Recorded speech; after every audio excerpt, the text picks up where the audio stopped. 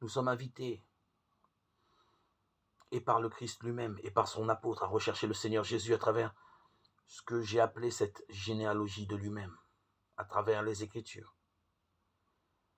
Les prophètes, selon saint Pierre, ont donc perçu dans la grâce et l'illumination de l'Esprit, ou au moins pressenti, la dimension de leur message.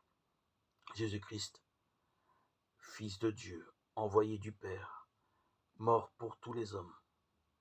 Ses souffrances, comme dit saint Pierre, ce Jésus ressuscité et vivant, ses gloires, comme dit aussi l'apôtre.